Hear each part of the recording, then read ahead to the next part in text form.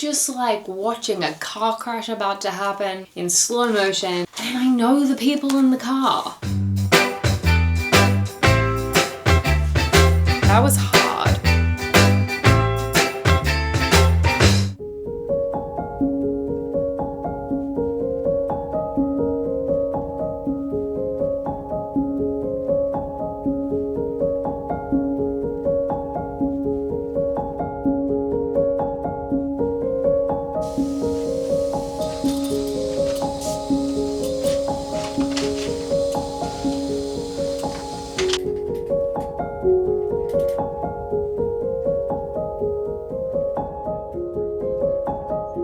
Alrighty, good morning. I went to the sauna this morning down at our local gym. I haven't read a bunch, but I decided to kick off this challenge with the favorites, which I've heard really good things about. Everyone compares it to Daisy Jones and the Six, which I actually haven't read, but they also have compared it to Magnolia Parks, which I have read and obsessively loved. So that's kind of why I picked it up. So far, we're following two dancers and the story is told in this mixed media format, which is really interesting because I find typically with that style of storytelling that it has a lot of dates and yada yada, but this one does not include any dates. It just kind of jumps around and you're just kind of keeping up, which I thought would be weird, but I actually prefer it because when there's too many dates, my mind is too busy trying to like calculate things. So I'm just like fully immersed, which is quite fun. I've just started to get to know the characters. We're seeing them start to go into competition. We're kind of getting their backstory, hearing from like other characters about them. So yeah, that's kind of where we're at, but we're going to keep reading and see how it goes.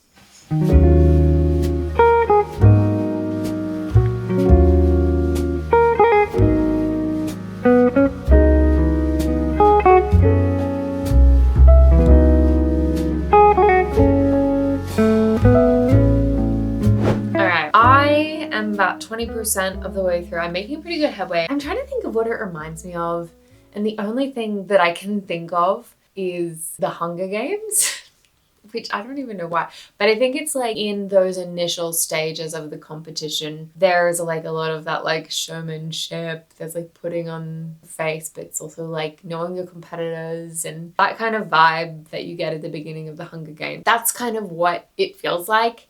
And I know it's ice skating, but it feels very Hunger Games-esque. Like there's a lot at stake. We are learning about like the history of the main character, Kat, and her partner, Heath. So they're kind of the dancing duo. And we're starting to learn more about their backstory while jumping between what they're currently going through. She's come from this like really small town, has no money, and is in like a bit of a weird home situation. They both are actually. So the stakes are really high for them. They went to nationals and she met like her ultimate hero there. He's a gold medalist and owns this academy and basically invited them to come for the summer to do an intensive. And so they're now out at this intensive in Los Angeles. And it's just like everyone else is very wealthy. There's a lot of privilege in that. We also have getting like jealousy vibes from Heath. It literally says on the cover, to the world they were a scandal, to each other an obsession. So we're definitely getting obsessive vibes. All right, so I'm currently about 58%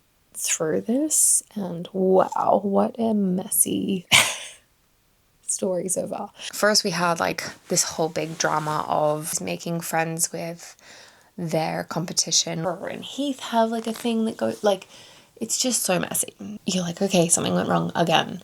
And then it gets a little better and you're like, okay, cool, they're on track. Like things are getting better. And then something else goes wrong. And you're just like, did these guys get a break? Like, anyway, so that's how the story's going. The writing, I'm quite enjoying. Yeah, that's all I have to say. Alright guys, I feel like I should care about these characters, like the amount that I know about their lives. I just don't really know what motivates them, like other than like, I want to win. Why? Like there's not a big why behind it other than like, not a fantastic childhood, but to me that's not enough of a reason. Maybe I'll get through the ending and it'll like be like a shining light of like, aha moment, but right now I'm a little lost. So we've got 30% to go. Let's do it. Appalachian sunrise meets my skin. Even with my eyes still closed, I can feel it coming in. Golden, golden, I'll follow only golden, golden, golden, golden things.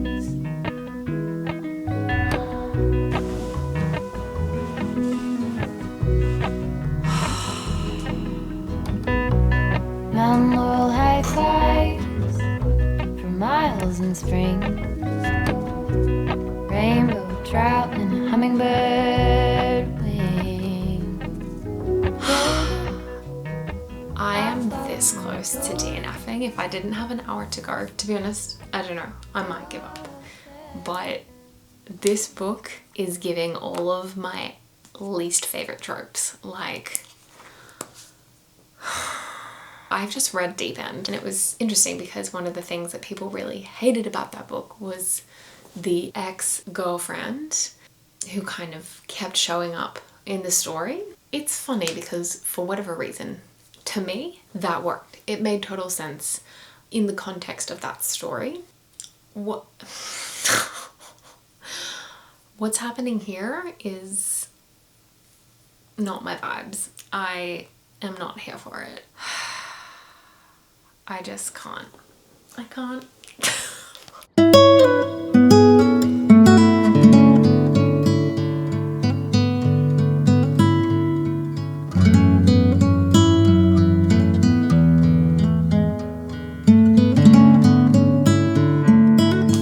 Good morning. Okay, so last night I kept reading and I finished The Favorites. This took me so long to read. It's only 430 pages and it took me like a whole day. So there's that. Honestly, my biggest feedback for this book is there was so much interpersonal drama that was introduced that was never quite resolved. So I got to see, like, we're following this main couple and we're seeing like the pull and push of their relationship. And also her relationship with ice skating. So that's a big factor of this book, obviously. It's on the front. So we saw a lot of that, but it felt a little unfinished when it came to all the other tortured relationships. I felt like everything kind of came to a close at the end and I was like, hold on, wait, like, what happened to X, Y, and Z? Why we're just like building the bridge over that? We're not going to talk about that. Like, so there was a bit of unfinished business for me in this book. And just personally, there's a bit of like, I don't know, emotional boundaries are a little lax in this, which is just not my vibe. So personal taste, didn't love that. At the end, it kind of all came together. But if there had been like that emotional development, or we had just like seen a few of those like interpersonal relationships like come through a little bit more, I really would have loved this book a lot more. But yeah, overall, I think 3-star, solid book, great writing. That one is wrapped. So I woke up this morning at like 6 a.m., started reading on my Kindle. I had the sample for Death of the Author. Like, it's a really cool concept. So it's essentially, here we go.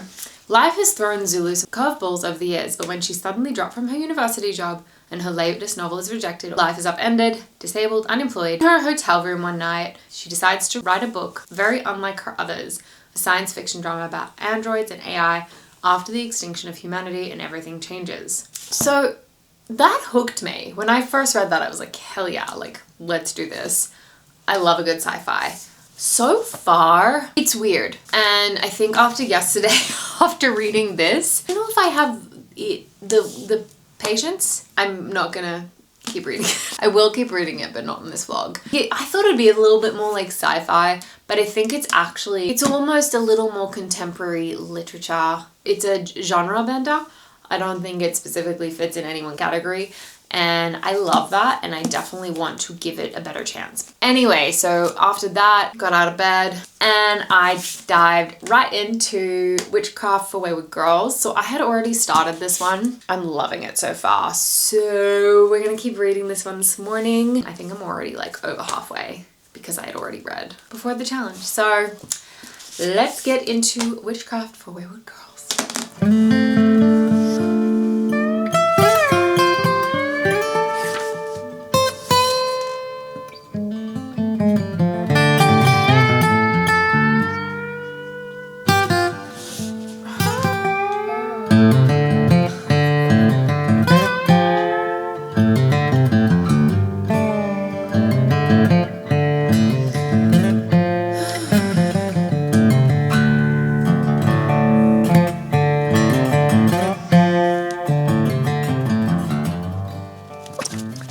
Alrighty, so we're doing good on this book. I've not really read a lot of horror. I was looking up obviously a list of the best upcoming releases for 2025, and I saw this and I was like, that seems a little different. I'm curious.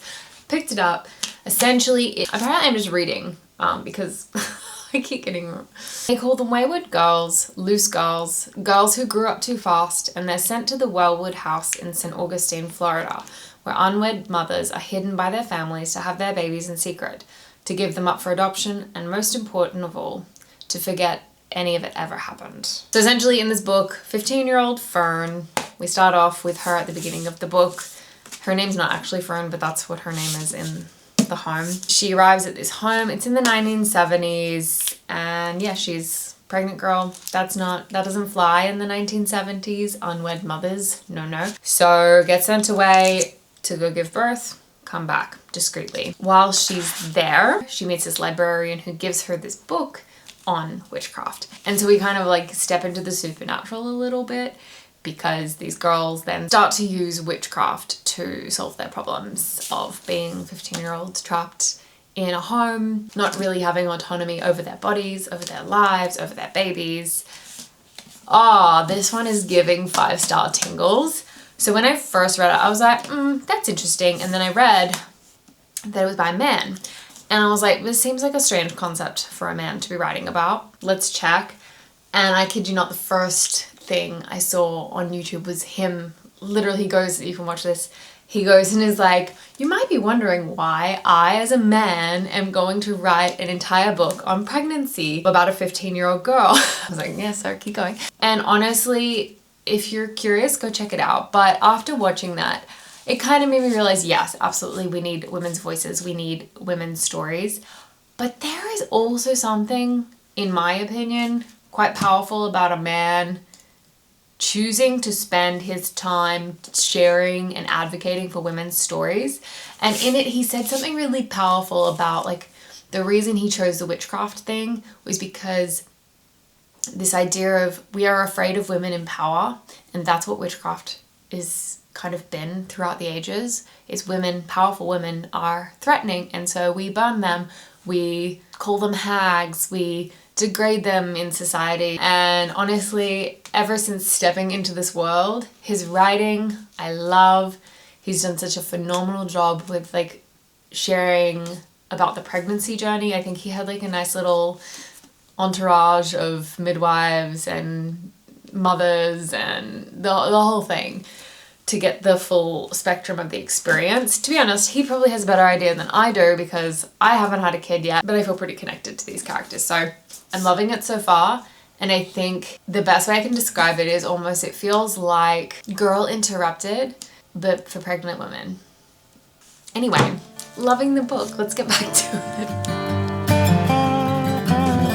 I've also got Witchcraft for Wayward Girls is on BookBeat. I think I'm going to mix it up and do a little bit of immersive reading right now because I'm loving the narrator on this audiobook. So let's get into it.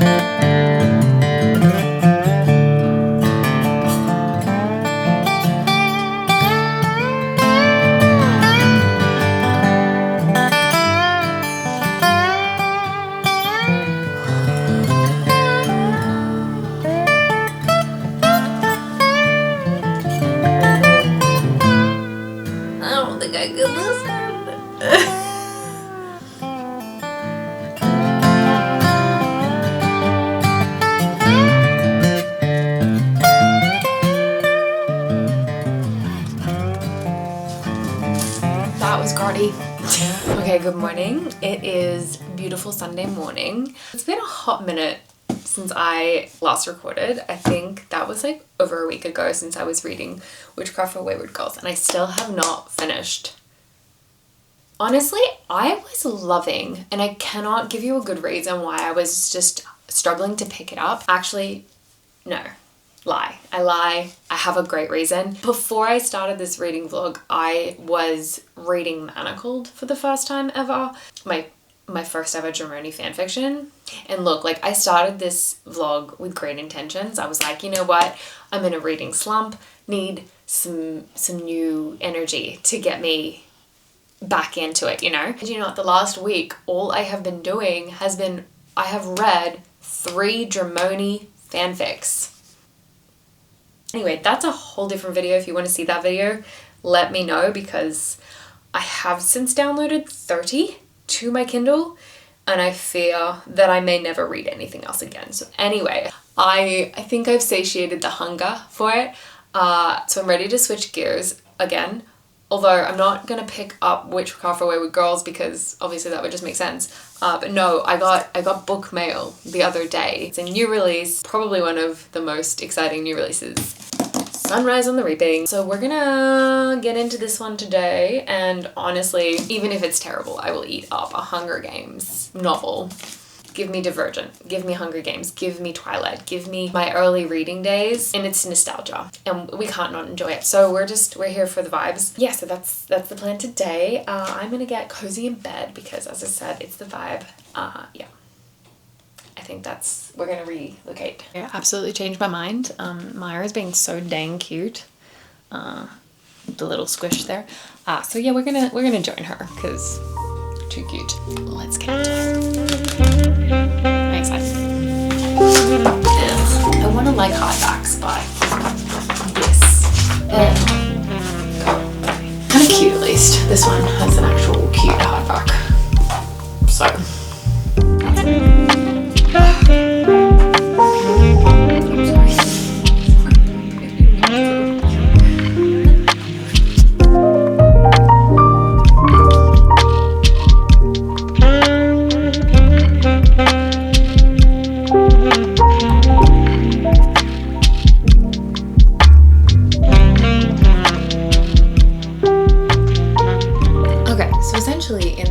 We are following Haymitch, which, if you've read the original trilogy, he was the mentor, and obviously no real spoiler if you have read the Hunger Games, he gets selected.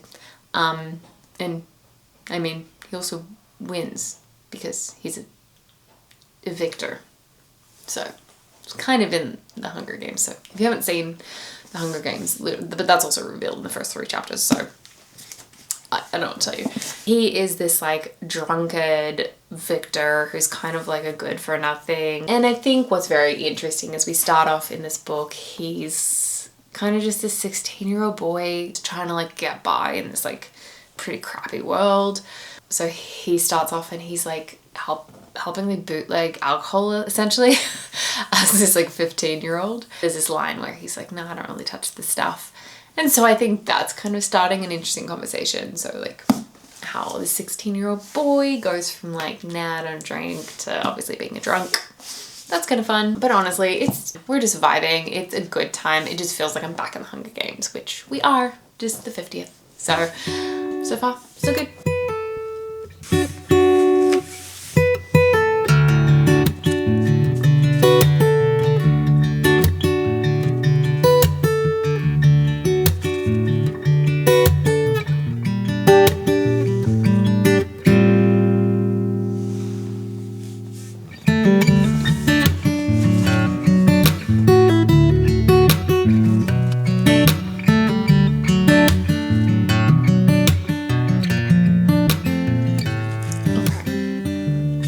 So I decided to listen to this playlist that someone made about Sunrise on the Reaping.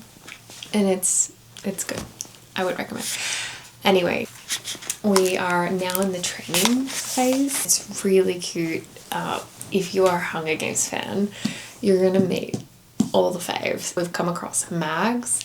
We've come across Juarez, who was the 59th Hunger Games winner. BT, who they're both from District 3. We've got all the crews kind of slipping back in. So yeah, it's kind of like a reunion, but where you know they're all gonna die.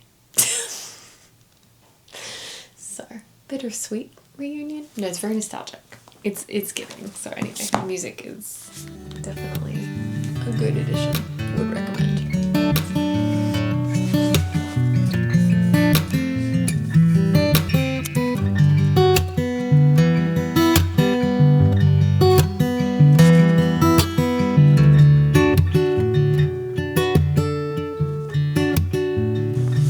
love a series so much and you just cannot put it down.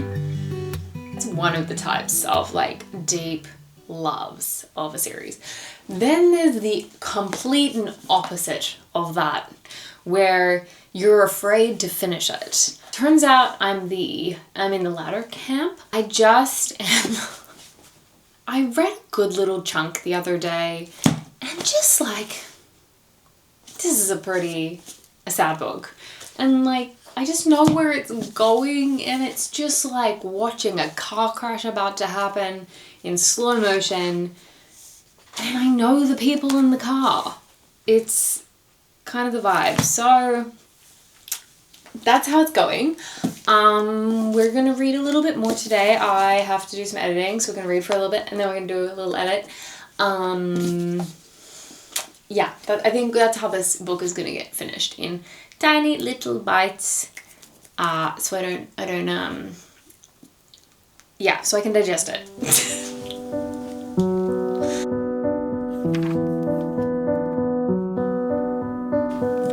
Alright, we're almost done with this book. We have like 40 pages to go, so we're just gonna get into the last little bit.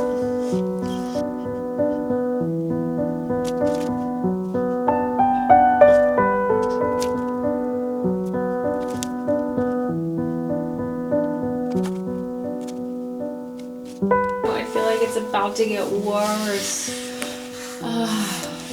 Okay, so they finished the games, and I still have 30 pages. Why do I feel like we're not out of the woods? Okay.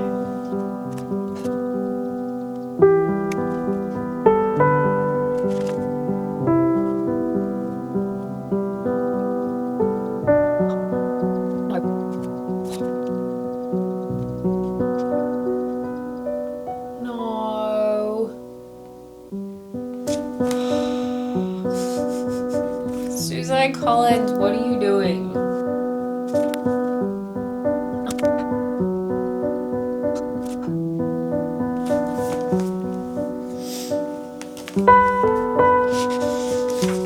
It's mean.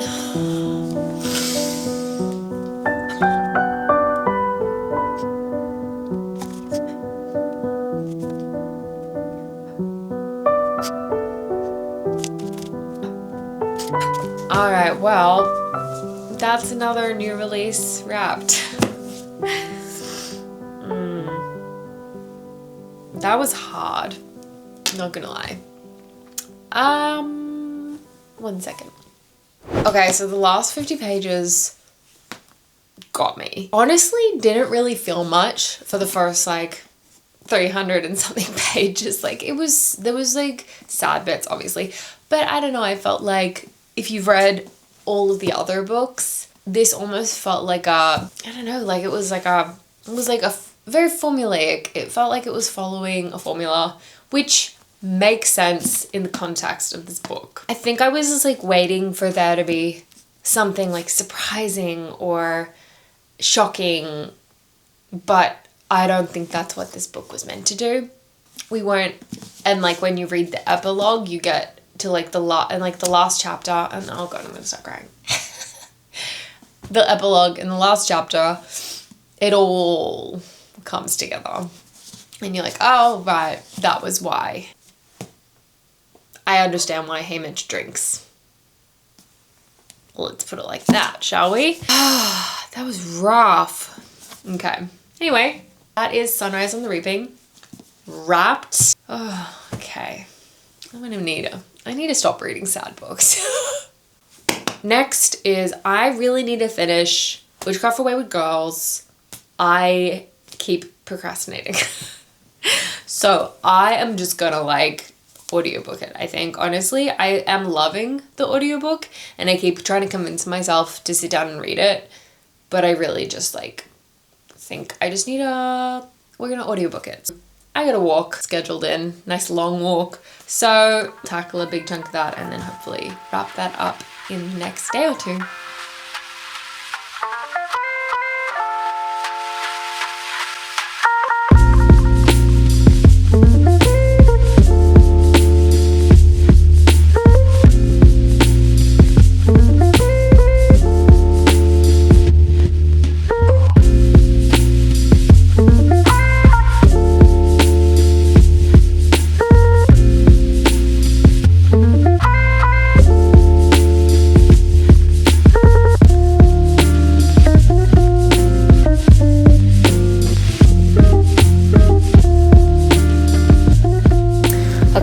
So, listening to this book, first of all, making me realize that I've listened to way too many dramatic books in the last month. And then second, I also realized that I have not listened to many horror books or read many horror books, which I did know, but yeah, it's different. Like, I'm in a really tense section right now, and I'm like so thankful that I'm out of the house and like walking, because I don't know if I could read this on the couch. Like how are people doing this? Like, I feel like horror is like not good for your health. So just me on that? I don't know. I'd love to do like a test on that.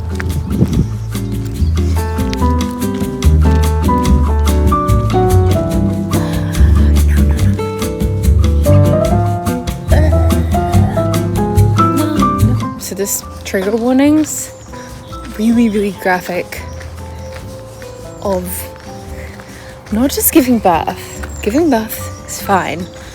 Like, doctor interference into birth. Ugh. And that is another 2025 new release wrapped. I think he did such an incredible job. I don't know, the horror part, I'm newer to horror, so that's kind of like new territory for me. I'm trying to like expand my genres this year. So that was kind of a stepping out of my comfort zone. And I guess I wasn't like as shocked or as horrid as I expected to be. Like, there was parts that kind of put me on edge a little bit, and like I think I was like, oh, I'm happy to be moving and walking. But in my mind, when I think of like horror, I think of like horror movies where like I can't breathe from how like intense it is. But maybe this is just like more low-key horror, and I need to like experiment with more intense horror. I don't know. But I still stand by what I said, that horror cannot be good for your health, like how anxious you must be. So maybe I don't need that because I'm already anxious enough. So I liked the characters, but it wasn't truly until like the very last section, the last, like kind of like an epilogue-ish thing at the very end, that really, like, I fell in love with them. So that is 3 more new releases ticked off. I would love to know if you have any new releases on your radar, if you are really, like, what you're most excited for this year. Obviously, we're still really early in the year, so we have so many more to look forward to. So far, 2025 is looking very strong for new releases, so we're excited about that. Thanks for sticking around. Happy reading, and I will see you in the